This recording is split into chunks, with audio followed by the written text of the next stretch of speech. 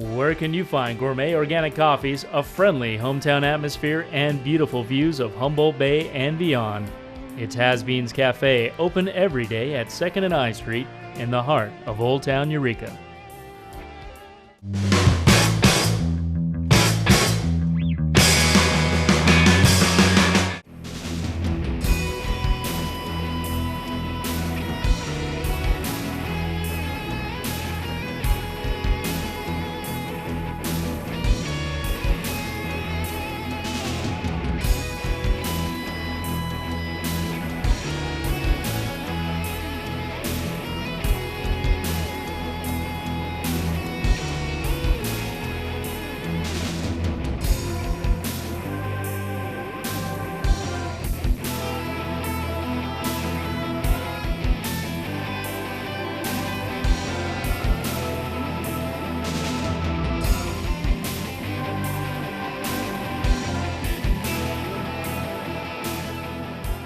Ladies and gentlemen, thank you for tuning in.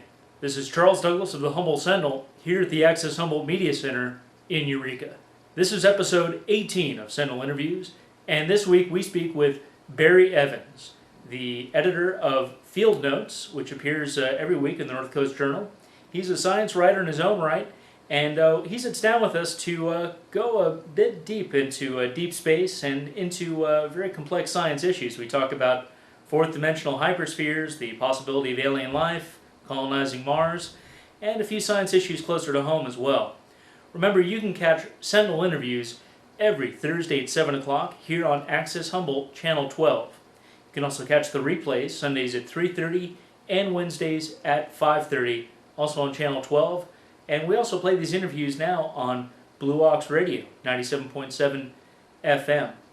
And of course, it's always on demand for your enjoyment online, youtube.com/Humboldt Sentinel. All right, Barry Evans, editor, writer, prognosticator of Field Notes on the weekly basis in the North Coast Journal here in Humboldt County. Thanks for coming down to Has Beans today. I'm very happy to be here.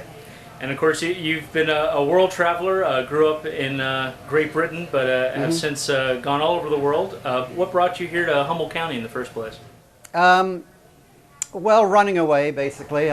Looking back on my life, every new place has involved running away, I think, rather than going to something. In this case, my wife, Louisa Rogers, and I were in the Bay Area. We'd been there from about 1987 through to about 1999. And then we took off for a 20-month sabbatical. And when we came back, we'd had renters in the house that we owned, and we couldn't bear to give up on the rent, and we decided to move somewhere smaller without so much traffic. And I wanted water, so we basically bought an old Volkswagen camper van, and we drove up and down the coast from the Bay Area to Brookings and back, and eliminated 5 out of the 6 communities which are on the coast, and we ended up in Eureka. And that was in June of 2001. Been here ever since. And what keeps you here in what is somewhat of a cut-off place, somewhat remote culturally and otherwise from the rest of California, the rest of the country? Well, that's the attraction, isn't it? I grew up in, where I was growing up in England was suburbia, or was the burbs, and I spent quite a bit of time in cities, Seattle, Vancouver, Palo Alto, and I'm not really a city boy. I'm more of a small town boy, and Eureka's perfect, and it's on the water. And anytime we talk about why we are here, that always comes up for me. I love kayaking, have 5 kayaks. And we live down in Old Town, half a block from the bay, and I can be in the bay literally in 7 minutes from thinking about it in my kayak. So the water is a huge attraction for me here. The fact that we can either walk or cycle just about everywhere. The older I get, the less I like driving. And within a couple of hours here, you've got the marbles, you've got the trinities, you've got the big trees. I mean, this is God's own. Does it remind you of all of kind of the European wilderness that's been long ago lost to the forces of development and population and industrialism? No, I think that this is in huge contrast to where I lived in Britain. I lived in New Zealand for 4 years. It reminds me somewhat of that, although I was in the interior then of North Island of New Zealand. And I lived in British Columbia, in the southern British Columbia, so somewhat it reminds me of that. I lived in White Rock for several years. White Rock is is in Canada just. It's right next to the U.S. border. In fact, I used to run down the beach. This was in the good old days where you could just cross the border without even thinking about it. Run down the beach into the U.S. and back for my morning run. And White Rock has got some similarity to it. But then we lived in Bellingham, and Bellingham is, I guess, it's a Victorian seaport, fishing, lumber, and this is a Victorian seaport, fishing, lumber, was. So we think about I think probably the closest analog to Eureka on the west coast would probably be Bellingham. Yeah, more than anywhere else, I'd say. But of course, a lot of the places you speak of, Bay Area, Britain, even British Columbia, there's a certain long-term literary culture I can tap into when thinking of those places. It's a little harder to think of that sort of rich intellectual development when we're talking about Humboldt County. Frankly, it's been a very Old West, rough and tumble place, fishing, timber, and you know, saloons and gambling and the like. What is it that you're trying to bring to this place in your world travels, as far as what you do with field notes every week in the journal? What am I bringing? As far as field notes goes, I've had 2 science light books published. I've had 3 syndicated columns which were about either astronomy or science in general. And I had a 4-year stint on National Public Radio, KQED, still broadcasts a show called Tech Nation. And I used to do a 5-minute closeout on that, and it was a sort of science commentary. I got that based on, I had a book called Everyday Wonders, Encounters with the Natural World, the Astonishing World Around Us, and that led to that, the Tech Nation gig. So field notes is sort of an extension of what I've been doing for a long time, which is teaching, writing about, researching, getting involved with science from a science writer's point of view. I'm an engineer by training, I'm not a scientist. But the same sort of, what I like to think of as fairly logical thinking and looking, I think by nature I'm a skeptic, or I am now, I haven't always been. And I think that's a useful trait to have when you're writing about science. That really isn't answering your question, but one can go off and you bring up more questions. So any direction with this. More than welcome. What that brings to mind for me is, I'm sure you're familiar with the work of Guide Aboard, Society of the Spectacle. Of course, that's a book that predates my lifetime, certainly, but not yours. Came out in the late '60s, I believe. And he talked about kind of a post-literate culture where we've kind of done an end run around the intellectual development of the Enlightenment on through the Industrial Revolution, and now we're back to a visual stimuli being, instead of reading and intellectual learning being the chief mode of how the lumpen proletariat, for lack of a better term, are operating in their daily lives. You think there's something to that? Yeah, I mean, there have been so many. I mean, we live in a fabulous time, and there have been so many new attempts at looking at, well, what is the next paradigm? What is the next way we look at the world? You know, is the internet the new Gutenberg's press? You know, or is the fact that kids these days are getting their information in like 10-second bursts from the TV, or how is that changing our way of thinking? If I was to recommend one particular book right now to anyone looking at what's the future of the media and how we learn about stuff and how we take information in and how we process it, it would be The Shallows, which came out last week by Nicholas, I forget his last name. And basically he's talking about how plastic the brain is.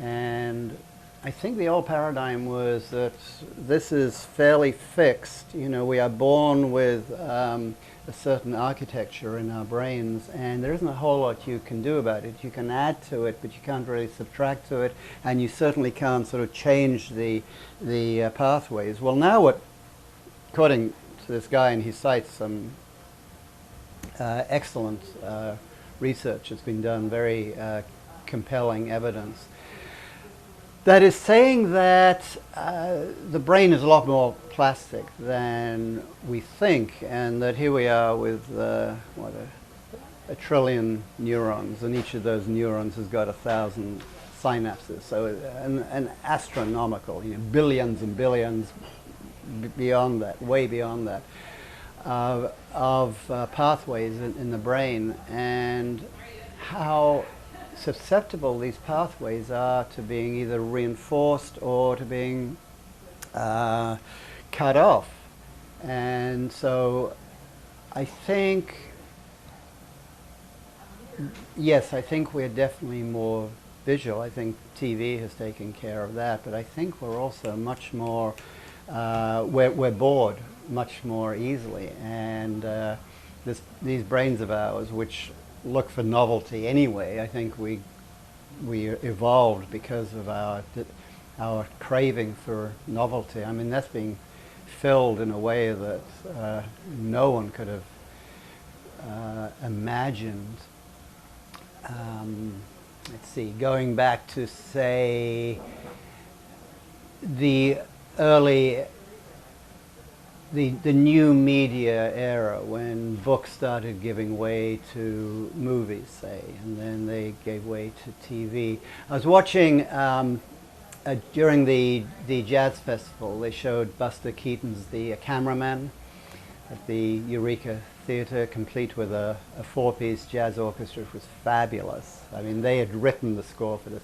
And what I was noticing with that is that the shots took several minutes.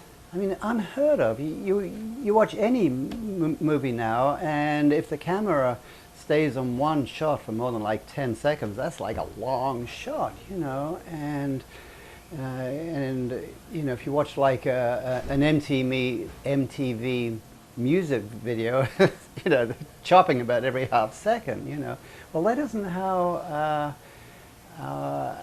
our parents and their parents experienced media. So even the idea of curling up with a book and just getting immersed in a book for hours on end, which was, I think, very common 100 years ago, I don't think people do that much anymore. And I think it's because our brains early on, in this culture, in our Western culture here, are given this huge, choppy way of taking in information.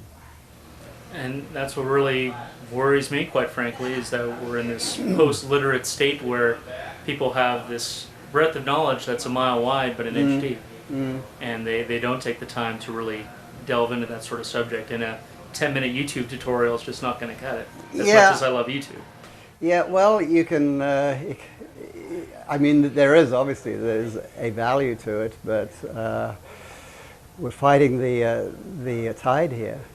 You know, it's like saying Facebook is a bad thing, you know, or Twittering is a bad thing.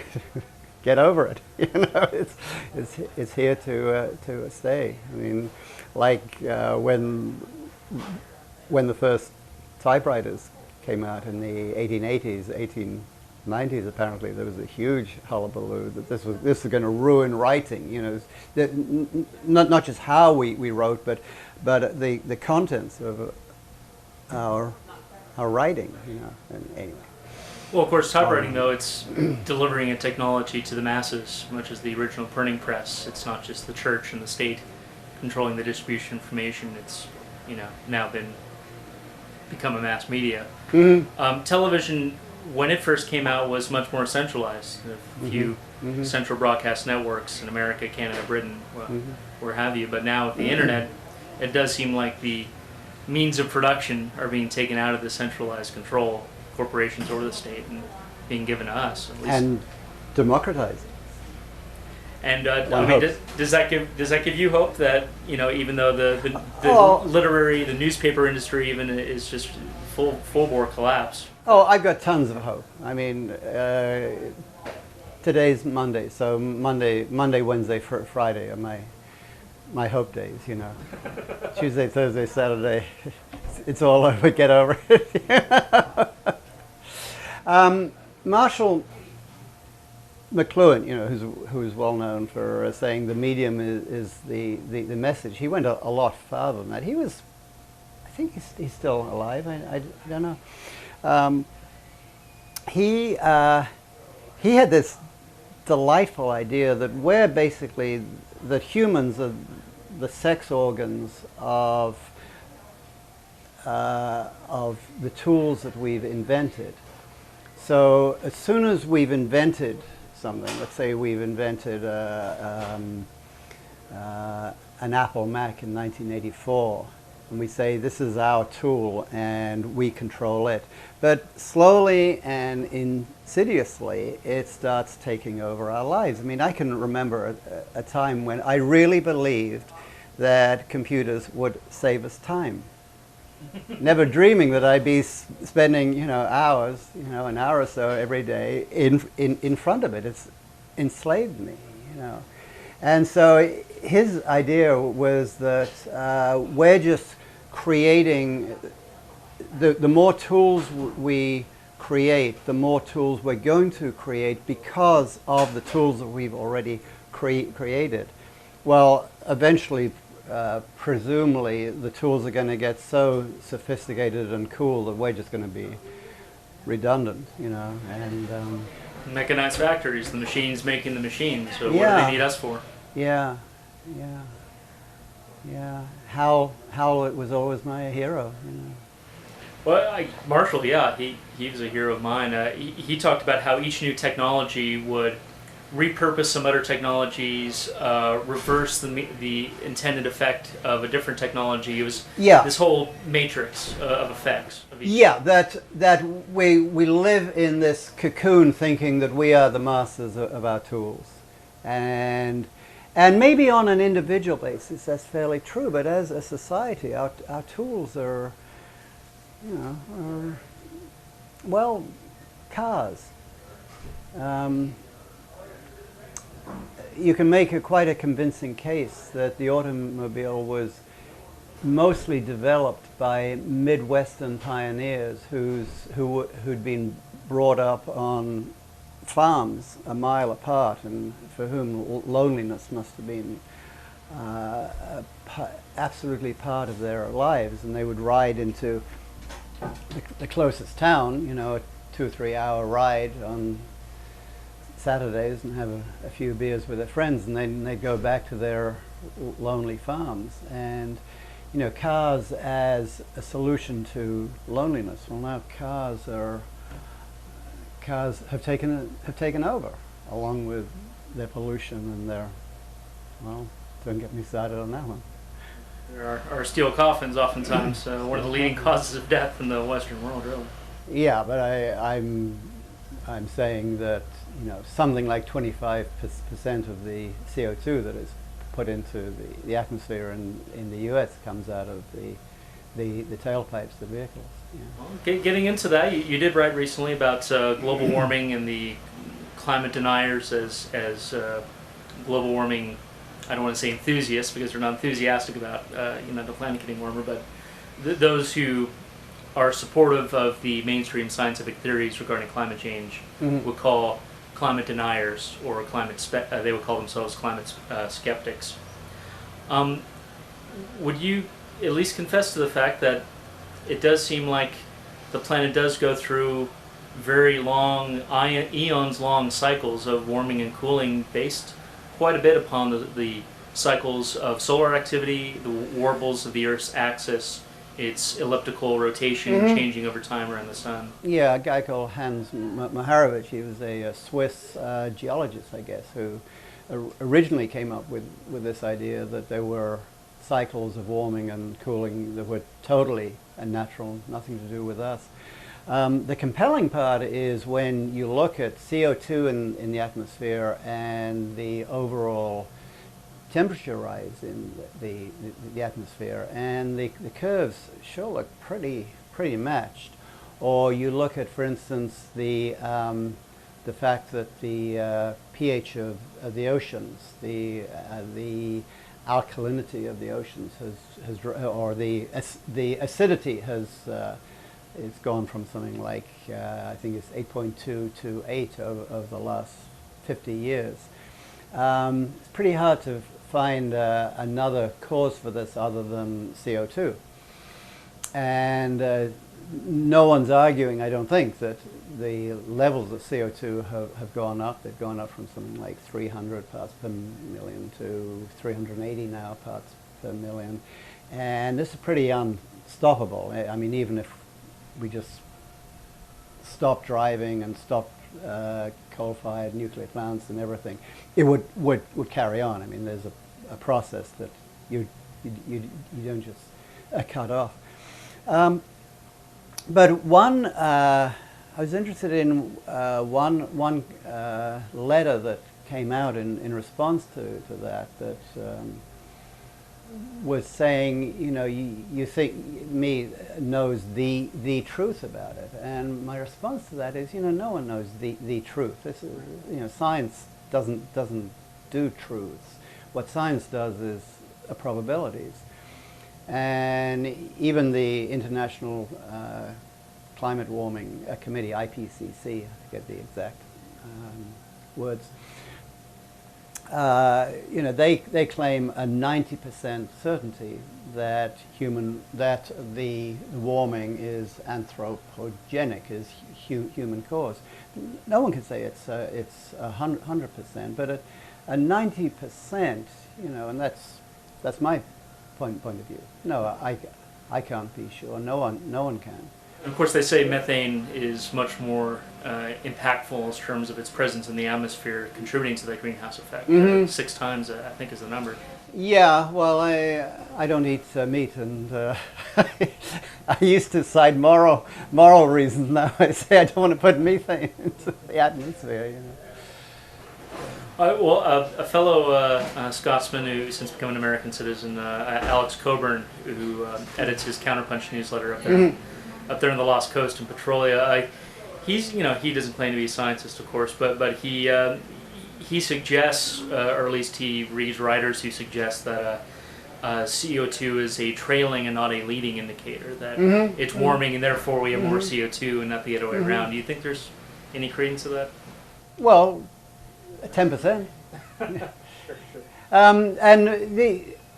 I think one thing to be aware of is why is there uncertainty? And the main uncertainty is that the Earth's climate is humongously complicated to figure out. I mean, we still don't really know if having more clouds reflects sunlight and therefore clouds are cooling, or it allows enough sunlight at a different wavelength to come through, be bounced off the Earth, and trap it and act as a blanket. No one, I mean, this is the big unknown, whether having more clouds in the atmosphere warms or cools the earth. You know, I'm actually more concerned about the oceans right now than I am about, you know, I'm very anxious about climate. I was about to say, the climate, but the oceans, there's been a 40% fall off in microplankton in the last 80 years. It's in my column. I mean, we are affecting the Earth's oceans, and you think the oceans, you know, this is like 75% of the Earth. How can we do anything to the oceans? Well, it turns out we can, because the top layer absorbs CO2 quite effectively, and there's a very slow turn, like 20-year cycling from the depths to the surface, and we are the oceans are not in a healthy state. I would say they're even worse off than the atmosphere is right now. I was about to say, when the Earth is in a warm cycle and we're going to see sea level rise, how much, I can't say. But to me, the bigger environmental crises are deforestation in of itself, whether or not it's causing climate change. Yeah. Nobody can deny we had, twice as much forest cover of the surface of the Earth 5,000 years ago than we did now. And of course, something more like 8 or 9 times, I'd say. But yeah. And of course, the Roman Empire chopping down all the trees in Italy for the fleet to go beat Carthage with, or the Spanish deforesting their country to go build the Spanish Armada with. Yeah. Or the Cyprus of Lebanon, and most of them aren't there anymore. It seems like pre-industrial civilizations were doing a plenty good job at ripping down their trees. Lebanon is a wonderful example. We were there 18 months ago. We like traveling to odd places and never been to Lebanon. They were very proud of their 2 remaining groves of Lebanon cedars.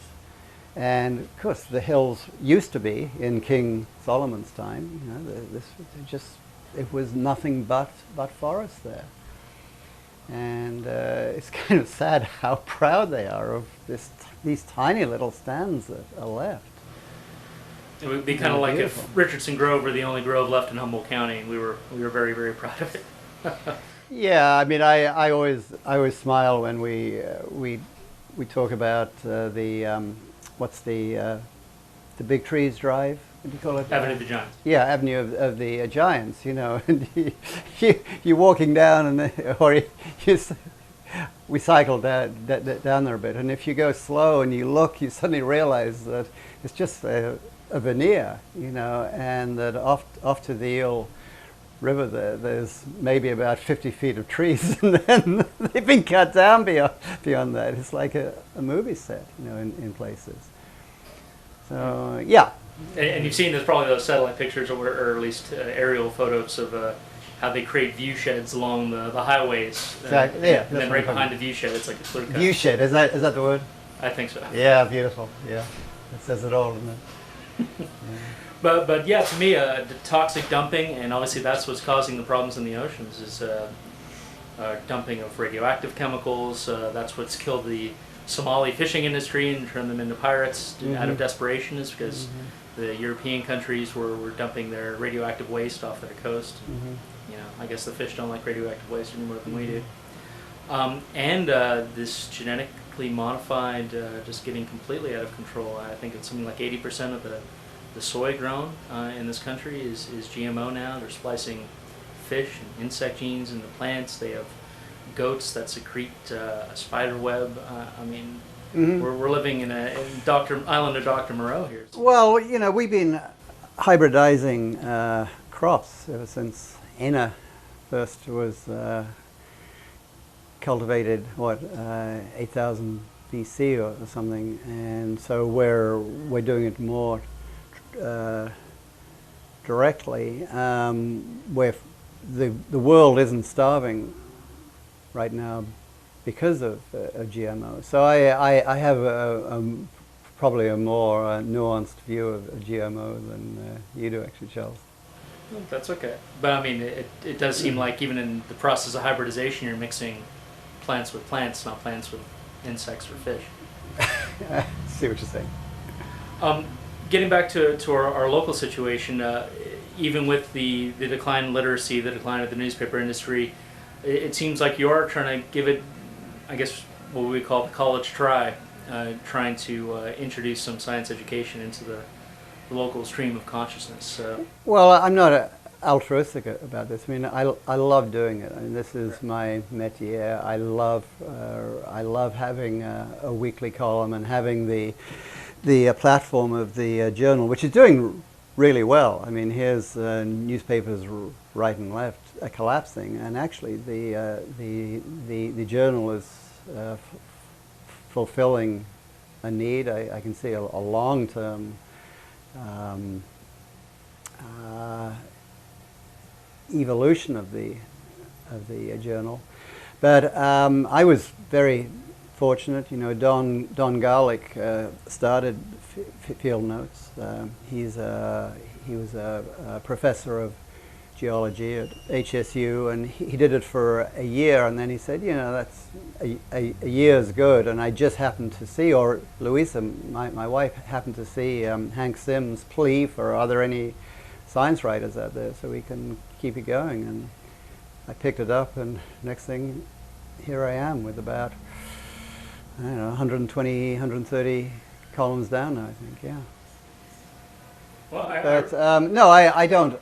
I mean, I write about what I want to write about rather than what I think people need to know about. I mean, there's a gray area there, but if I get excited about something, I think the challenge is to tell it in a way that will grab people or excite people, and then the challenge is to write it in such a way that people who don't have a science background can understand it.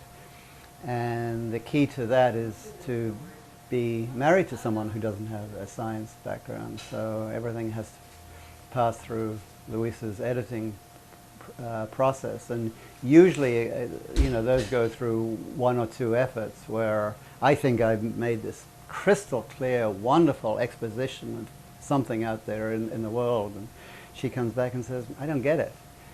Oh God, you know, well, I can only go on blaming her for this for so long. At some point I've got to say, I've got to rewrite this and to get it. So this is, you know, I've taught astronomy, I've written about astronomy, I've taught science light, I've written about it, I've met lots and lots and lots of scientists, and so what if I've got any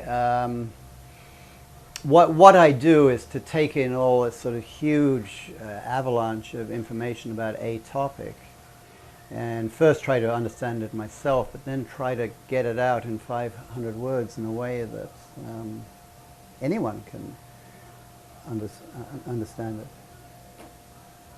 I want to say something about scientists. I sometimes get into these discussions, and some of them get quite heated about what we were talking about before about science and what science is and isn't. And this, I think there's a myth going around that science is this sort of monolithic truth, and that scientists have settled on the truth, and this is the way it is, folks, and if you don't like it, we're telling you we are scientists and we know more than you do.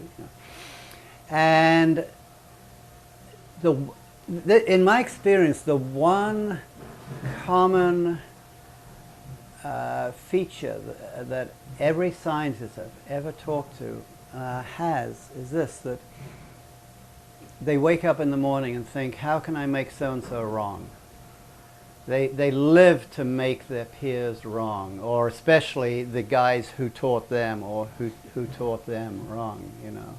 Einstein lived to make Newton wrong, and and so on and so on.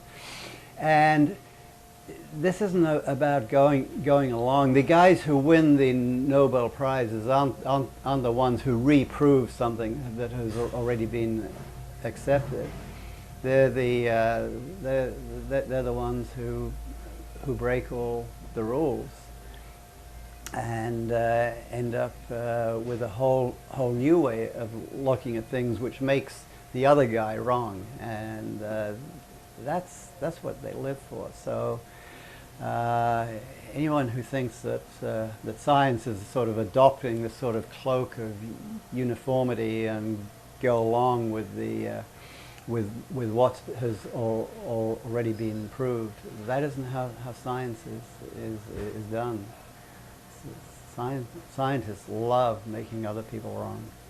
Sounds like the ethos of a better journalist waking up in the morning. There you go. How can I make my competitors wrong, or how can I make the government wrong? Yeah. One of the things that struck me, speaking of astronomy and just writing that really grabs me, was your article a couple months back about what a mission to Mars that would be successful would look like, and it doesn't involve coming back. It involves sending them there, and then they can stay there. Well, I mean, 90% of the cost of going to Mars is coming back. Not just fuel, but all the safety factors that have to be built in. The fact that you've got to basically add on this whole new return rocket, getting back into Earth, onto Earth through the Earth's atmosphere is tremendously complicated and risky. And the problem always is mass. How much mass do you have to lift off the surface of the Earth to get to Mars and get someone back? Well, if you break that sentence in two and say to get to Mars, it's literally something like 10% of what you need if you're going to do the whole return mission. And NASA has been totally resistant to this idea that they bring people back. That's part of their ethos. But when the history of exploration has never been one of bringing people back. People went off, and we hope to see you again, and we're giving you a ship that we think is well enough equipped, but they would never have left if they were, I'm thinking of Vancouver or Columbus or Cabot or Balboa, the people who sailed across the Atlantic, for instance. I'm thinking of Magellan. Or Kon-Tiki. He sailed around the globe and he didn't make it back, and the ships were rotting. Right. Yeah. Right. So it's too bad that I think that NASA hasn't embraced this idea, and there'd be, you'd find volunteers galore. I'll go to go to Mars and know that you live out your days there. I mean, would you really want to live out your days in a rest home on Earth or on Mars, pottering around in 38% gravity there? So that gives your old bones a rest, doing something pretty exciting, And it isn't like you're going off and you're out of touch, like the early explorers were. You can communicate back and forth with 10 to 20 minutes, between the transmission being sent, lag time. But I think you can make a pretty good case for why someone would want to go to Mars and live out their days there, especially if they're like, my age. I'm 68, sure. I couldn't help but notice the age qualifier in the article. Well, we send two pairs of 60-somethings up there. Well, eventually, I mean, say we adopted this. Eventually, you're not going to be content with just sending people there. You want to make people there. So you're going to want to send people who are in their fertile years there, or women in their fertile years. And when the first baby is born on Mars, then that changes things. Suddenly we get into the whole science fiction thing where people are Martians and they aren't humans anymore, because a baby born on Mars couldn't come back to Earth, and for all sorts of physiological reasons. But they would end up there and they would be Martians. And doesn't that suggest a certain level of danger, quite frankly, that we'd be effectively creating a whole new species on a nearby planet who might eventually, as the Americans saw the British eventually, well, maybe we came from there, but we're not them anymore. Yeah, well, if you've read Blue Mars, Red Mars, Green Mars, and Blue Mars, we know what we're talking about, yeah. But yeah, I grew up loving science fiction, and how many stories did I see where the colonies eventually made war upon Earth because the Earth thought they could keep ruling everybody? Yeah, and if anyone's watching this and hasn't read Stranger in a Strange Land, just get out there now and read it. Right now. Oh, they're watching television. It's too late. Have they? Did they ever make a movie of that? It'd make a great movie, I think. I'm anyway, regrettably ignorant on that subject. Stranger in a Strange Land. And of course, at least according to one old space rock, there was life there, and perhaps life transmitted back and forth already in some respect. Yeah, I mean, it's there's a lovely theory that says life on Earth didn't originate here on Earth. That life evolved maybe on Mars, or evolved. It could be anywhere in the galaxy. It turns out that the interiors of meteorites are quite good at preserving strands of DNA against gamma radiation and X radiation that you would get in space. So Fred Hoyle, the British astronomer's theory of panspermia, where strands of DNA are being wafted around through the galaxy. It's I don't think we can ever disprove it. It's going to be hard to prove it. But yeah, if we did find the remains of ancient bacteria, say on Mars, in sufficiently preserved form that we could analyze it, wouldn't it be fun if we could show that actually it matches our DNA, the same chirality, it's called, the same left-handedness and everything that we have here on Earth. I don't think it would be it wouldn't be culture shattering or anything, but it would certainly, if we found that life had started on a pretty rough place in its early days as Mars, then that would give me hope that maybe there's life out there in the galaxy. Right now I'm very pessimistic. Well, what does that say about the quote-unquote theory of evolution? If life is something that spontaneously emerges from cosmological evolution over time. You have planets, rocky planets, and some of the rocky planets have standing water and so on. Well, there's a big difference between ice and water. Water is a fabulous solute for DNA to do its thing. If it's frozen, there isn't a whole lot you can do. I got very involved with SETI when I was living in Palo Alto. The SETI, Search for Extraterrestrial Intelligence, was next door in Mountain View, and I got very friendly with Frank Drake. Frank Drake is a physics professor emeritus still at university at UC Santa Cruz. In fact, he wrote the foreword for my first book.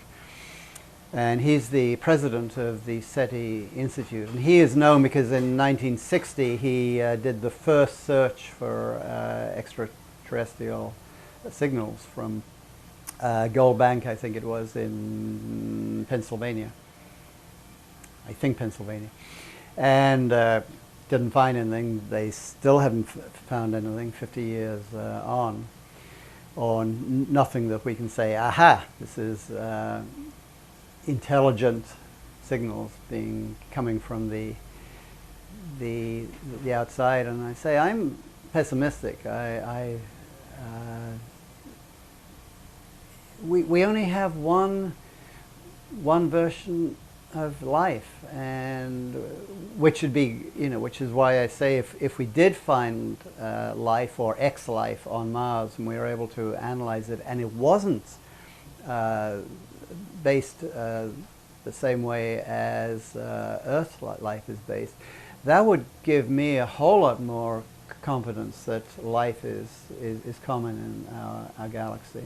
Well, not to negate his work or your pessimism, but some of the recent writing I've read suggests that, we used to think, our TV signals from 40 years ago are still cascading out endlessly into the galaxy. Well, what if there's just too much background radiation and cosmic rays running around, and within a light year or two, it just gets lost in the haze?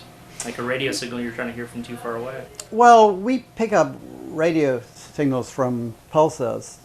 Say in extremely powerful cosmic bodies compared to orbital transmitters. Well, it depends where you're looking in the electromagnetic spectrum. Some bands, and it so happens the TV band that we are fairly low noise in the galaxy. So you would expect for a TV signal to go out. Well, I put it at least through our own spiral arm of our galaxy. I think more the issue is the fact that within a decade or so we aren't going to have any more TV signals. Basically, we're going optical fiber. We're going satellites where the signals are being down. They aren't being beamed out. I think in a decade or two, if you look back at the Earth in the radio spectrum, you aren't going to see a whole lot worth seeing. But there will have been this, 60, 80 year span when if you're out at Alpha Centauri or something and you looked at Earth in a radio spectrum, it would be red hot. Starting, of course, with Adolf Hitler's opening of the Olympics. Right. 1936. Right. So I guess they would see an evolution from that. From there to Jersey Shore. One hopes so. Yeah. But then again, there's room enough for doubt. One would hope. Oh, I hope so. Yeah. Oh, yeah. That's the fun. The fun part of as far as this column goes. I mean, I get all sorts of letters from doubters, and please, love that. And I just presume the galaxy, much less the 100 million some odd galaxies in the visible universe, and Lord knows how much past that is. Maybe we're just not significant enough to deserve a visit. Why are we so bloody interesting to them? Yeah, I always talk in terms of our galaxy, our Milky Way galaxy, because other galaxies are just so humongously far away. I mean, our galaxy is big enough as it is, 100,000 light years from edge to edge. But the idea that we would ever visit or get signals, intelligible signals from other galaxies, I'd say that's a non-starter now, and it's a non-starter forever, I would say. But of course they say, though, we're in this fourth dimensional hypersphere, and the empty space just keeps flooding in from the Valhalla dimension or what have you. At least that's what old Briscoe would say back in the 90s. I know science is always changing in that respect. Yeah, but don't you think that, I mean, some of the more recent hypotheses, about multiverses. That our universe is one of a zillion other universes that we can never communicate with, we can never know anything about. This sort of thing is it sells books and it gets you on YouTube presumably, but I'm not sure that it's really doing science a favor. It's sort of no practical application, right? Well, there's an awful lot of science that doesn't have a practical or an obvious practical application. But when, for me, science is something that you can at least say, this is an experiment that I can either confirm or deny. The whole, Popper basically said that in order for it to be science, it had to be falsifiable. You had to be able to come up with some way, here's my theory, and if you can do this experiment, then you have falsified my theory.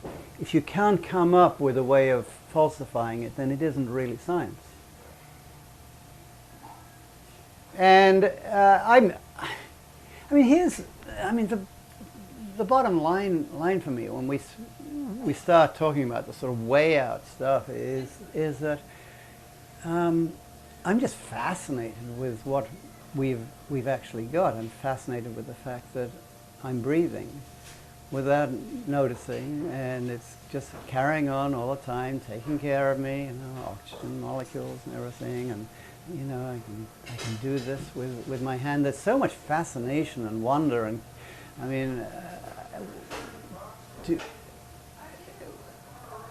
a meditator, as you probably know, and one thing that I'm loath to talk about the benefits of meditation, but I definitely think that it's made me more aware of what I've got right now, the fact that there is air here, that there is gravity here, that the photons are streaming into my eyes, that my brain is creating color out of grayness, that somehow or other I can be self-aware. All these things that are right here, we don't have to do a single experiment to be just gobstruck with awe, I think, this is just insanely amazing that we're here in the first place. Shouldn't be here in the first place, and yet somehow here we are, I think, unless we're all dreaming.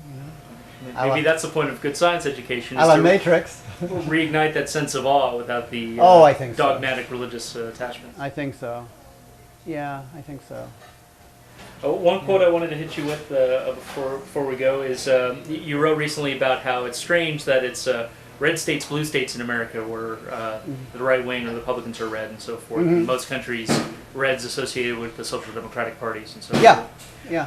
Kurt Vonnegut had a quote, "Thanks to TV and for the convenience of TV, you can now only be one of two kinds of humans, either a liberal or a conservative." Yeah. I'm pretty sure that in my lifetime, the world has become more polarized. But isn't that succumbing to this sort of pure stupid dualism that, as if I have to be one or the other, what if I criticize both?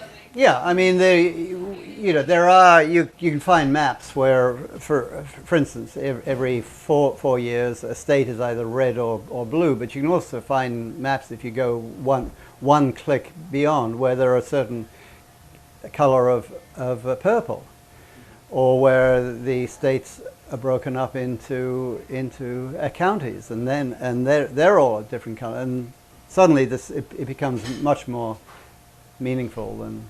But like they say, the political spectrum, it's like a one-dimensional universe or a straight line, and there's either that way or that way, and that's it. Well, I know I've seen some political theorists come out with at least give us a flat plane for a universe, at least give us a 2D universe where you have traditionalism versus experimentism, and then you have economic freedom versus more determinism, and how if you put countries in the map of that, they're all over the place. ways. Yeah, It's not so cut and dry. Yeah, I mean, my sort of knee-jerk reaction thinking about this is that I'm left just about as far as you can go. But then you asked me about GMO, for instance. And, oh no, wait a bit. Or nuclear power. I'm far from convinced that nuclear power is as bad as most left-leaning people would believe, because I look at the alternatives and how